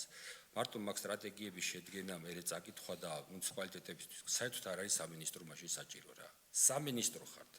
ამხელა აპარატი ხართ, ამხელა გავლენის შესაძლებლობა გაქვთ პოლიტიკური რეგიონებზე და თუ ეს არაფერი არ გეხებათ და მარტო ეს მაშინ მამას ერთი დეპარტამენტიც გააკეთებს რა. აი მთავრობის კანცელარიაში რო არსებობს რეგიონალური დეპარტამენტი, აი ეს არის სავსებით საკმარისი, რომ აი ეს ყველაფერი განახორციელოს რეგიონში. რო იყო ესე იგი, smart სპეციალიზაციასთან დაკავშირებით, ეხლა ახსენეთ აწარმოეს საქართველოში ეს სოფლის მეურნეობის განვითარების პროგრამა და ასე შემდეგ, მაგრამ მე სხვა რამეს ვამბობ რა. ეგ აწარმოეს საქართველოს და სოფლის მეურნეობის განვითარების პროგრამა ყველასთვის არის ხელმისაწვდომი. მე ვამბობ ერთ რაღაცას, რომ იმერეთში როცა ერთ-ერთი დომეინი იყო ფერადი ლითონი, ხო? ეგ იყო, ფეხსაცმელების წარმოება, ტყავის, კვების პროდუქტების და ასე შემდეგ. ერთ-ერთი რო ავიღოთ. რეალურად ფაქტი არის ის, რომ ესე იგი 4 დომეინი გვაქვს ისეთი, რომელსაც შეუძლია რეგიონის განვითარებაზე გარკვეული გავლენა მოახდინოს. და ჩვენ თუ ამ 4 დომეინის მიმართულებით რა კომპანიებიც მუშაობენ, ამ კომპანიებს იგივე ლეველზე ვაყენებთ, რაც სხვა სფეროებშია. მაშინ პრიორიტეტი რა არის? ანუ ჩვენ შეიძლება აწარმოიდან კარგი იქნება თუ ესე გავაკეთებთ, რომ იმ კომპანიებს, რომლებიც ამ სფეროებში მუშაობენ, დამატებით შევუქმნათ რაღაცა ისეთი ან მარტივი ხელმისაწვდომის კრედიტის, ან უფრო მეტი мотиваცია მივცეთ, რომ რეალურად ვიღაცამ ის კი არ დაიწყოს რაღაც სხვა სფეროზე ფიქრი და სხვა სფეროზე მუშაობა, რომელიც იმერეთში ვერ განხორციელდება. არამედ ვიღაც мотиваცია ჰქონდეთ ამათ, რომ ჯერ ერთი ესენი გაიზარდონ და მეორე ვისაც გაუჩნდება აზრი, რომ რაღაცა გავაკეთო მე პირობითად ქუთაისში ან იმერეთში, ხო? ეს სფეროები არის წარმატებული.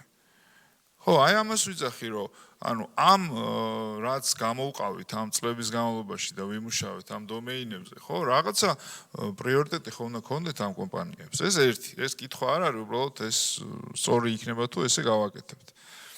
და მე ვერ მივიღე დანარჩენ კითხვაზე პასუხი. PRDP-ს ვაგრძელებთ თუ არა? TIS ფონდზე ის კონკურენციას საიდან ვაფინანსებთ და მესამე კადრების გადამზადება იმ სფეროებში, რომელიც სფეროებიც გინდათ რომ გადასცეთ მუნიციპალიტეტებს. მადლობა.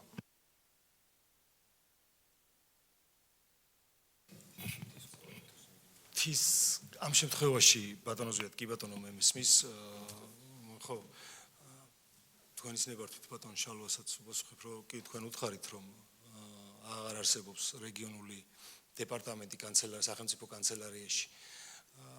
თქვენმა პარტიამ ჩვენი მინისტრი მეც ვიყავი მოსული ჩვენ ვახდით თან თავისთავად ინტერპელაციაზე რომ დაიბარეთ 25 კითხვა იყო თუ სწორად მახსოვს ხო? თქვენგან მოსული და 25-ვე კითხვაზე აბსოლუტურად ამომწურავი პასუხი გაგცათ ბატონმა მინისტრმა.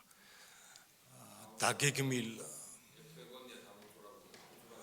ბატონო შალვა დიდი პატივისცემით ბატონო შალვა მე არაფერი არ მგონია მე ვიცი რა პასუხები გავეცით იმას იქ თქვენგან გამოგზავნილ კითხვებს და დღესაც გეტყვით რომ ჩვენი სამინისტრო არის პოლიტიკის მწარმოებელი სამინისტრო და დიახ ჩვენ მუშაობთ სხვადასხვა მიმართულებით მათ შორის ის რაც მე აქ აღვნიშნე რომ დღეს მთის განვითარებასთან მიმართებაში პროგრამული მიდგომა ინერგება და ამ მიმართულებით ვმუშაობთ საპილოტე არის ეს და ძალიან კარგად მოგეხსენებათ რომ ამ თვეში გვისრულდება 1 წელი ჩვენს უწყებას და საკმაოდ დიდი და მოცულობითი საქმეა შესრულებული მათ შორის მუნიციპალიტეტებთან ურთიერთობაში და სახელმწიფო უწყებებთან ურთიერთობაში როგორც მაკოორდინირებელის ისე პოლიტიკის მწარმოებელის კიდევ ერთხელ გავიმეორებ რომ მე არ მივცემ ჩემ თავს იმის უფლებას არც მე არც ჩემი სამინისტრო და დარწმუნებული ვარ არც ერთი უწყება არ მისცემს თავს იმის უფლებას რომ რაღაცა კონსტიტუცია დაარღვიოს და მუნიციპალიტეტების კადრების საკადრო პოლიტიკაში ჩაერიოს ეს არ არის ჩვენი საქმე კიდევ ერთხელ ვიმეორებ თუ წეგან ის იგულისხმეთ თქვენ რომ ჩემი საქმე არ არისო ეგ ნამდვილად არ არის ჩემი საქმე და მე მაგაში ნამდვილად ამ ერთი წლის განმავლობაში მთასთან დაკავშირებით რა გააკეთეთ ერთი საკითხი მითხარით რა ესე გადავალთ ბატონო შალვა უამრავ ერთი წელია შევიდგე იქ და ბევრი საკითხი მაღამთიანებზე რა გააკეთეთ ერთი საკითხი მითხარით გავჩერდები არაფერი ერთი წუთი ის ფონდიც კი ვერ აითვისეთ და ის 20 მილიონიც კი ვერ გადაგა ერთი წამით რა თუ შეიძლება და ესე ეგ შეიძლება სხვას მოუყვება რა მთასთან დაკავშირებით რაღაც ზაბრებს რომ მე მიყვები არ გამოვა ძალიან თორა წესერად ისაუბრეთ რა არა ბევრ ზღაპარს უსმენ თქვენგან და ეხლა ხო არ გიპასუხობთ ესე კომიტეტის ხდომაზე ხართ და შესაბამისად მოიქეცეთ არა მე ძალიან კარგად ვიცევი და სწორი ინფორმაცია მიაწოდოს დეპუტატებს სწორი მე მესმის რომ არ არის სასიამოვნო მოსასვენიო არა ესეა რეალობას ესეა რაც გეუბნები ერთი წუთით რა ხარი მეთქი ეხლა შენ რა გინდა რა ეხლა ეგ სტილი არ არის რა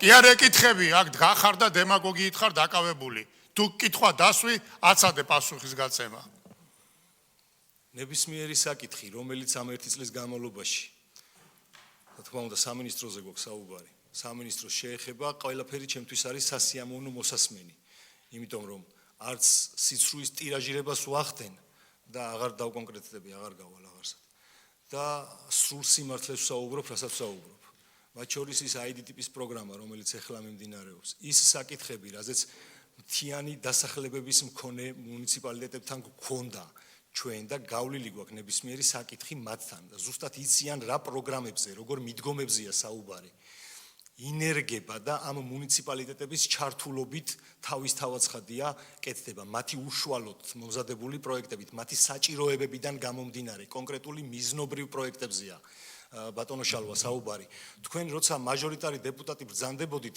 მაშინ ძალიან კარგად მოგეხსენებათ რომ ის რეგ ფონდიც თავის შედეგებს იღებდა და თავის შედეგებს რეგ ფონდი დღესაც იღებს თუმცა კი ბატონო რაღაც დონეზე დაგეთანხმებით იმაში რომ ყველაფერი საჭიროებს დროთა განმავლობაში ცვლილებას და რეგ ფონდიც განიცდის ამ ცვლილებას ერთი წელია კიდევ ვიმეორებ რომ ჩვენი სამინისტრო შეიქმნა აქცენტი გაკეთდა მაქსიმალურად რეგიონულ პოლიტიკასთან დაკავშირებით და შესაბამისად ჩვენი უწყება ჩართულია ყველა მიმართულებით და ჩვენთვის ამომავალი წერტილი და მნიშვნელოვანი როგორც მთელი ჩვენი ხელისუფლებისთვის გახლავთ ის რომ ჩვენი მოქალაქეების ხვალინდელი დღე იყოს უკეთესი და ეს ნამდვილად არ არის დემაგოგია ამას გეუბნებით სრული გულწრფელობით გეუბნებით იმას რასაც ვაკეთებთ ჩვენ ყოველდღიურ რეჟიმში და არ ვიცი ხა თუ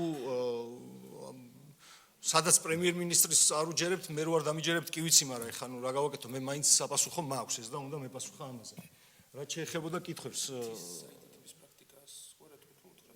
მოდი იმასკენ განაცხადეთ ბარემ დეტალურად საიდან დაფინანსებას ნაწილში ბატონო ზვიად როგორც იცით ID ტიპის ახალი პროექტი მომზადდა მთავრობას დასამტკიცებად და გასაგები მიზეზების გამო ის მოგეხსენებათ რატოა ეს დოკუმენტი გაჩერებული მაგრამ ეს რომ სრულად ეს მიდგომები არ გავაჩეროთ ერთი რომ განვიხილავდით რეგ ფონდის ნაწილს იქნება რეგფონდის ნაწილი, რეგფონდის შემცირების ხარჯზე IT ტიპის გადასულიყო.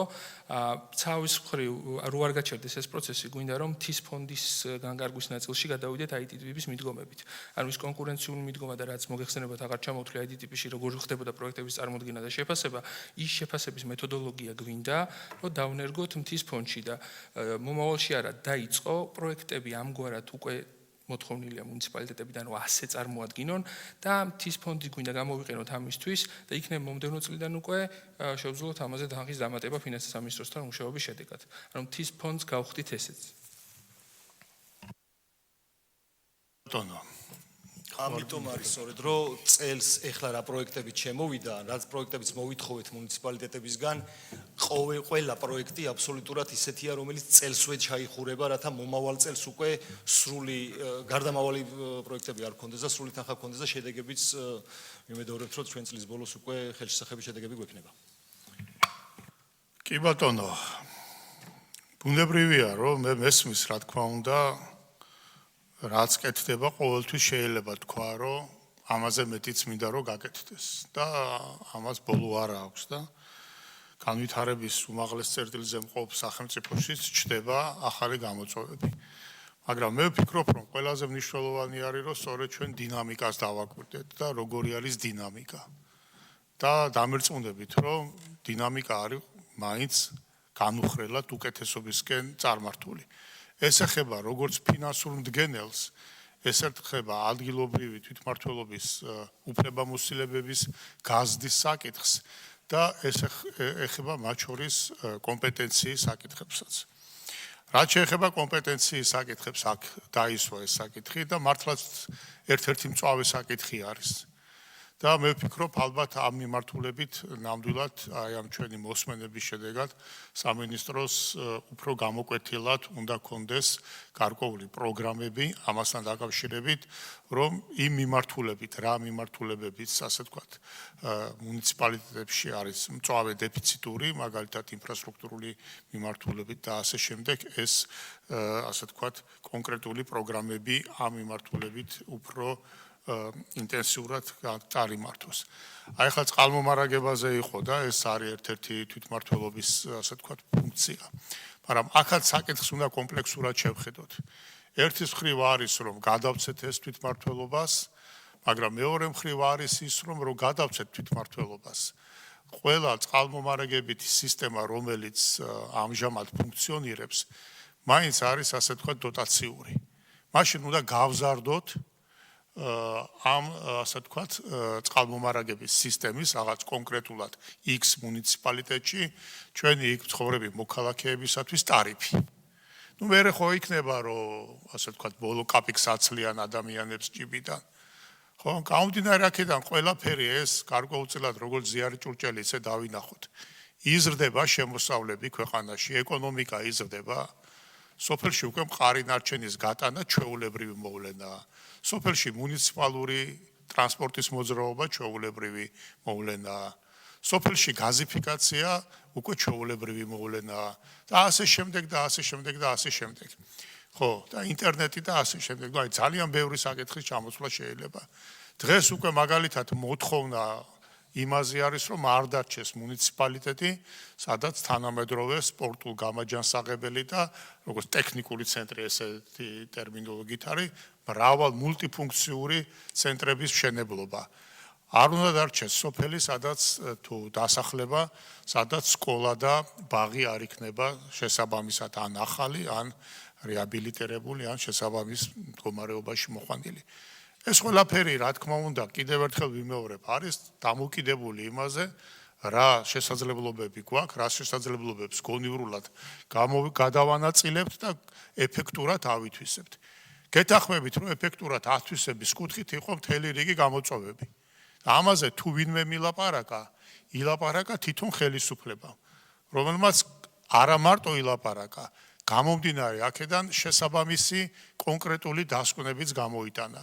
და როცა ვლაპარაკობთ, რომ რაღაცა ბიუჯეტი ვერ იქნა ათვისებული, ის ბიუჯეტი კი ვერ იქნა ათვისებული.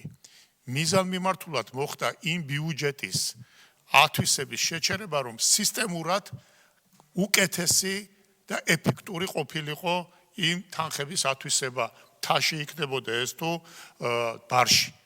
და აი ამ წელს ჩვენ უყურებთ ხო რომ უბრალოდ ციფრებს რო გავყვეთ ვერ წარმოიდგენ რომ საქართველოში ამდენი სკოლა, ბაღი, სპორტულ გამაჯანსაღებელი კომპლექსი და ასე შემდეგ რაიონებში და ჩვენს უკაცრავად მუნიციპალიტეტებში შენდება.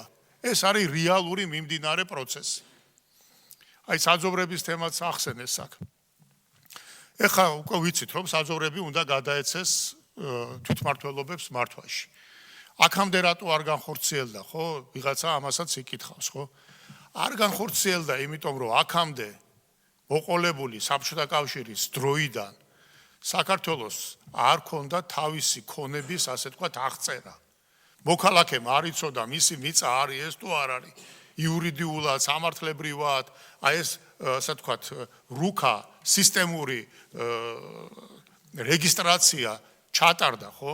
ეს ყველაფერი ათეული მილიონობით თანხა იყო, რომელიც სახელმწიფომ ჩაატარა, გააკეთა, მისცა თითოეულ მოქალაქეს, თითოეულ მუნიციპალიტეტს, სახელმწიფო საჭიროებებს, რომ ეხლა ჩვენ ვიცით უკვე პირველად საქართველოს ისტორიაში ვიცით რა მიწა გვაქვს კონკრეტულად და კონკრეტულად თითოეული მიწის მეპატრონე და მესაკუთრე ვინ არის. თითო, ასე ვთქვათ, პრეცედენტები არის, სადაც სასამართლო დავამიდის გარკვეულ, ასე ვთქვათ, ფიზიკურ პირებს შორის, რომ ის ჩემია თუ სხვისია, მაგრამ ეს თემა დასრულებული. ანუ უკვე ვიცით ჩვენ, რომ ეს ნამდვილად არის ის ქონება, რომელიც მე შემიძლია მართვაში გადავცე უკვე თვითმმართველობას.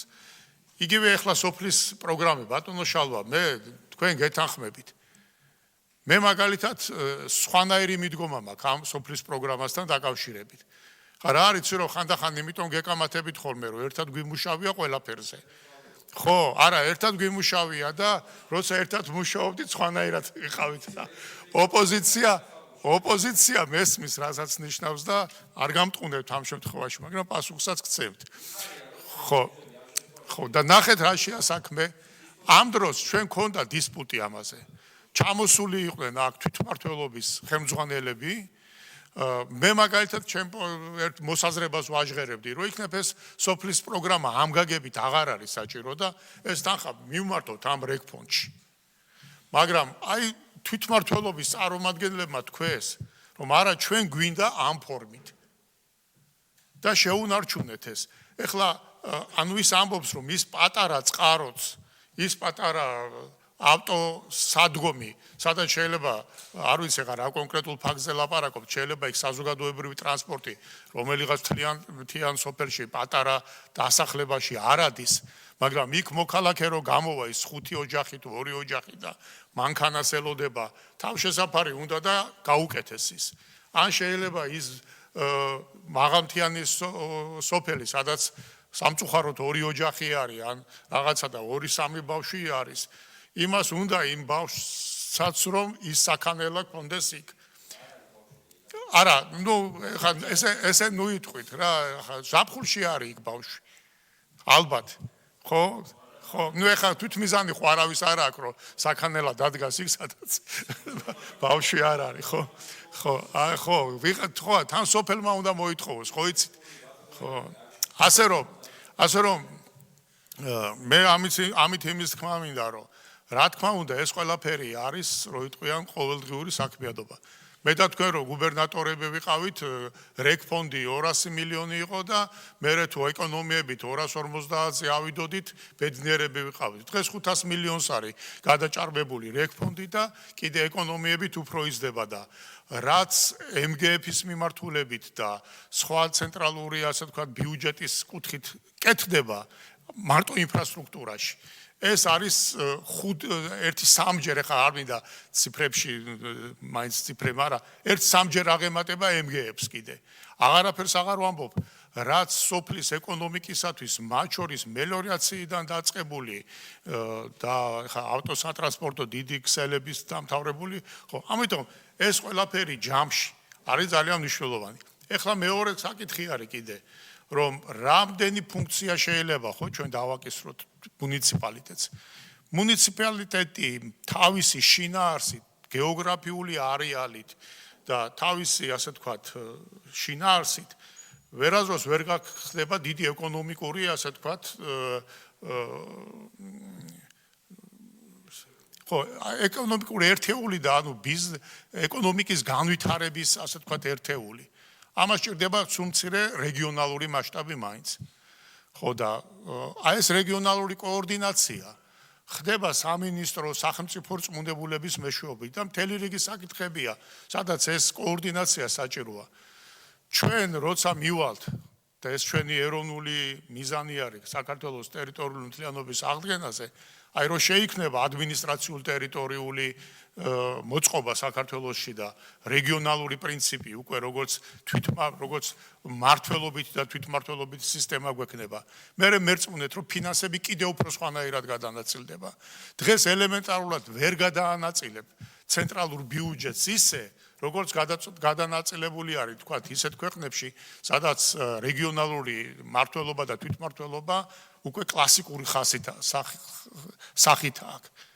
აი ამ ასე ვთქვათ რეალობაში გვიწევს მუშაობა და მე ვფიქრობ რომ სადღაც სოფელში ყოველთვის დარჩება ჩამტრეული შუშა გეთანხმებით არც ეგ არ უნდა იყოს მაგრამ ცოტა სოფლის ადგილობრივმა ასე ვთქვათ აქტივისტმაც უნდა გამოიჩინოს თავი და შუშა ჩამტრეული თვითონ გამოცვალოს.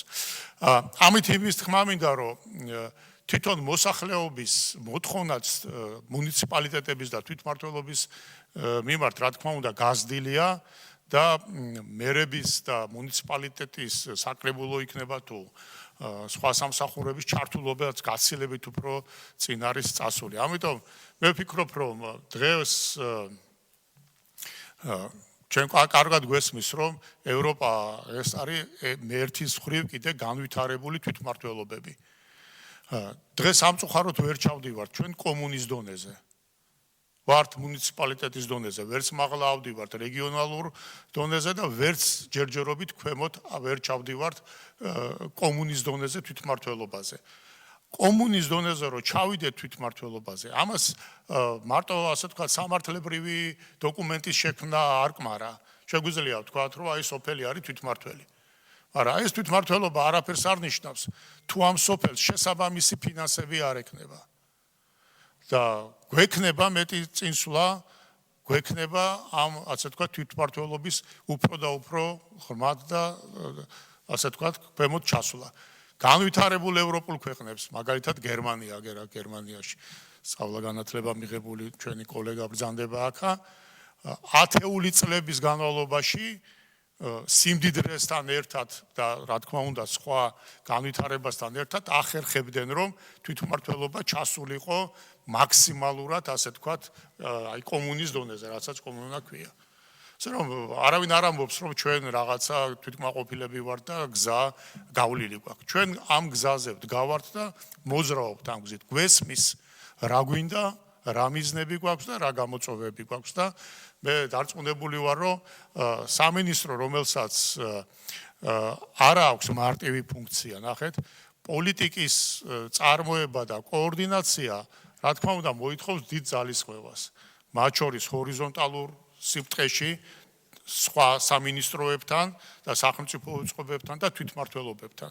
თან ისე რომ საბოლოო ჯამში თვითმმართველობის ის დამოუკიდებლობის პრინციპი არ უნდა იყოს შელახული და დარღვეული, მაგრამ მაქსიმალური დახმარება უნდა კონდეს ამას ყველაფერს.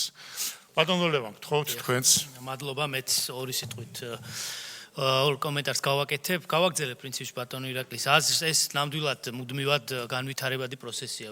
ვერ იქნება, ხე ვერ დადგება, როცა შეგვიძლია ვთქვათ, რომ ორჩა სოფელი განვითარდა, რეგიონები განვითარდა და დავამთავრეთ განვითარება. ხო, ეს მუდმივი პროცესია, ლოგიკურია და ის ზოგიერთი პრობლემატიკა, რაც წამოიწია დღეს კომიტეტის ხდომაზე, ესეც სულ მუდმივი პრობლემა იქნება. ესეც უბრალოდ აქ თავარია, რომ ჩვენ ეს პრობლემა, ამ პრობლემებს ხედავდეთ და ამ პრობლემებზე მუშაობდეთ და სამი განსაკუთრებით სამი თემა იქნება ალბათ მუდმივი ჩვენი ყურადღების საგანი, რაც უნდა იყოს, ეს პრინციპში კავშირის ანგარიშებს იწერია, მაგრამ ამას ანგარიშები არ ჭირდება, ეს ყოველდღიური ჭეშმარიტებაა. პირველი რაც ბატონ ზვიარმაც ახსენა, ეს არის აუცილებლად ადამიანები, რომლებიც ამ პროცესს მართავენ ეფექტიანად. იმიტომ სხვა შემთხვევაში გვექნება ლამაზი დოკუმენტები, მაგრამ იმ შესაძლებლობების გამოყენება არ იქნება ისეთი ეფექტიანობით, როგორიც ჩვენ გვინდა და წარმოგვიდგენია. ამიტომ ადამიანური რესურსი ცალსახად ჩემი აზრით თავარი პრიორიტეტი უნდა იყოს. აუცილებლად ასევე ფინანსური კონტროლი და აუდიტი იმისთვის რომ ერთის მხრივ გადაზღვეული იყოს ყველანაირი კორუფციული რისკები და მეორეს მით უმეტეს მზარდ ფინანსურ ნაკადებთან ერთად და მეორეს მხრივ კიდევ ერთხელ მაქსიმალურად ეფექტიანად გამოვიყენოთ თითოეული ლარი და თეთრის რესურსი რაც შეიძლება იხარჯებოდეს ბიუჯეტიდან თუ ადგილობრივი ცენტრალური თუ ადგილობრივი ბიუჯეტებიდან და მესამე რა თქმა უნდა ეს არის კოორდინაცია. იმიტომ რომ თქვენი მიმართულება აქვს, მაგრამ თქვენ სფეროს თავიდან ეს თქვი, თქვენ სფეროს ასევე ავსებენ სხვა სამინისტროებიც, თავთავიანად მიმართულებებით და მნიშვნელოვანია ამ მთელი ამ პროცესის ერთიანი კოორდინაცია, სწორედ იმისთვის, რომ თქვენი რესურსიც უფრო ეფექტიანად იყოს გამოყენებული და სხვა სამინისტროების რესურსიც იყოს ეფექტიანად გამოყენებული და მე აქ არაფერს არ ვამბობ, დარწმუნებული ვარ ჩვენ ამაში თანხმდებით, უბრალოდ თავარია რომ ეს ყურადღება ყოველთვის იყოს ჩვენი ყურადღების საგანი ამ მიმართულებით. მადლობა. მადლობა ბატონ ზურაბ თქვენ და თქვენ გუნდს ამ მოხსენებისთვის და წარმატებებს გისურვებთ ამავე საქმიანობაში. მადლობა.